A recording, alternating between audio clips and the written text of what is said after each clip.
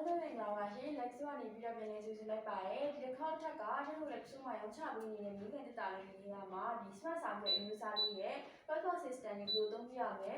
ပင်နေ passport တွေ fingerprint တွေဘယ်လိုထားမလဲဆိုတာကိုရှင်းပြပေးမှာဖြစ်ပါတယ်ပထမဆုံးကျွန်တော်ကဒီ fingerprint တွေ passport တွေသုံးဖို့ဆိုလို့ရှိရင်ပေါ့နော်ဒီ digital ဘိုင်းဆိုင်ရာတက်ကလေးတော့လိုတယ်ဒါတော့ထက်ကဒီထဲကိုတက်ကလေးထည့်ဖို့ဆိုလို့ရှိရင်ရုံးဆုံးတော်လေးတွေနဲ့ဖွင့်ရမှာဖြစ်ပါတယ်ဒီထဲမှာတော့ထပ်လို့ဒီမှာဆိုလို့ရှိရင်ဒီထဲကိုလို့ရတယ်တော်လေးချပေးထားတာဖြစ်ပါတယ်သူကတော့တော့ကိုမှာ master key ရယ် radio key ရယ်ဆိုပြီးတော့ key နှစ်ချောင်းရှိပါတယ်ဒီ key နှစ်ချောင်းကိုသုံးပြီးတော့ထက်ကတက်ကလေးတွေထည့်မှာဖြစ်ပါတယ်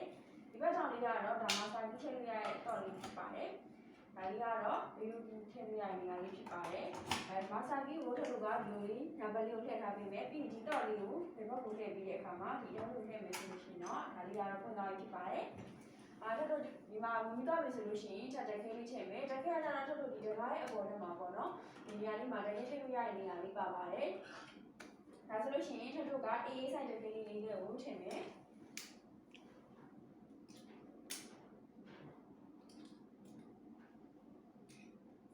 တကယ်လေးလေးထည့်ပြီးသွားပြီထည့်ပြီးတော့ဆိုလို့ရှိရင်ထပ်လို့ကဒီဘက်ကြောက်ဘေးလေးမှာပေါ့နော်အစိမ်းအောင်ခလုတ်လေးပါပါတယ်အစိမ်းအောင်ခလုတ်လေးကိုတစ်ခါနှိမ့်နိုင်မယ်ဒါဆိုရင်တော့ passport စတင်မယ်အရင်ဆုံး master ကိုထည့်ပေးရတာဖြစ်ပါတယ် master ကိုထည့်ပြီးတော့ပြင်တော့နံပါတ်1ကိုနှိမ့်မယ်နံပါတ်1ကတော့ passport လေးထည့်ရတာကိုထားခြင်းနဲ့မှာလေအချက်က9လေးတွေ6လုံးထားလိုက်မယ်တခါနောက်ထပ် confirm လုပ်ဖို့တစ်ခါထည့်နေပြရပါတယ်ဒါဆိုလို့ရှိရင်တော့ဒါတင်ရေးထည့်ပြီးသားပြီကျွန်တော် passport ပေါ့နော် fingerprint ထည့်မယ်ဆိုရင်တော့ဒီကနံပါတ်2ကိုထည့်ပြရတယ်ဒါဆို fingerprint လေးမြင်သွားပြီကျွန်တော် fingerprint ထည့်မယ်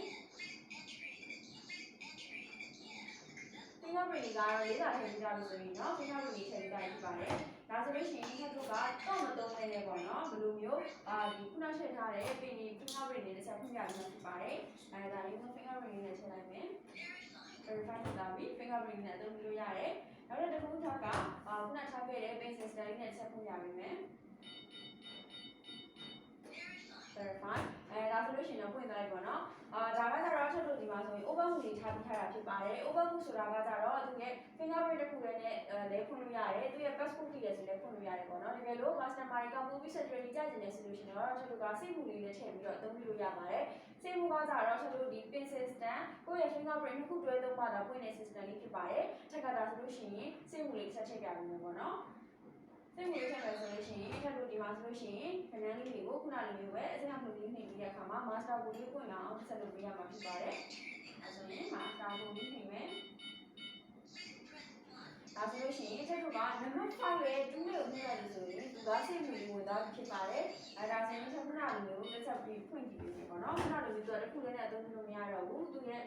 2 3 4 5 6သူရဲ့ pin system ပြီးတော့ရင်fingerprint နှစ်ခုဆိုတော့မှဒါသူကဖွင့်သွားတာပေါ့နော်ဒါလေးကစိတ်ဝင်ဖြစ်ပါတယ် customer အနေနဲ့ထပ်ရှင်းပြပေးနေတဲ့မိခင်တက်တာလေးတွေကိုစိတ်ဝင်စားလို့လာရောက်ဆောင်ကမ်းဝယ်ယူတင်တယ်ဆိုလို့ရှိရင်တော့ထပ်တို့ရဲ့လက်ကျိုးစိတ်မြန်မာဆိုတဲ့ဒီ Facebook page လေးမှာလည်းပြီးတော့ဝယ်ယူပေးလို့ရပါတယ်ဒီကိုယ်တိုင်လာရောက်အားပေးနေတယ်ဆိုရင်တော့အမှတ်9အေးမောင်ခရလန်ရန်ကြီးမြို့နယ်မှာလာရောက်ပြီးတော့ဝယ်ယူပေးနိုင်ပါတယ်ရှင်တက်ကလည်းနောက်ထပ်ဘယ်လိုမျိုးမိခင်တက်တာလေးတွေရဲ့ passport system လေးတွေ pin system လေးတွေကိုဆက်ပြီးတော့ရှင်းပြပေးလို့လဲဆိုတော့ customer တွေအနေနဲ့ဆက်ပြီးတော့လည်းအားပေးပါအောင်ရှင်ကျေးဇူးများတင်ပါတယ်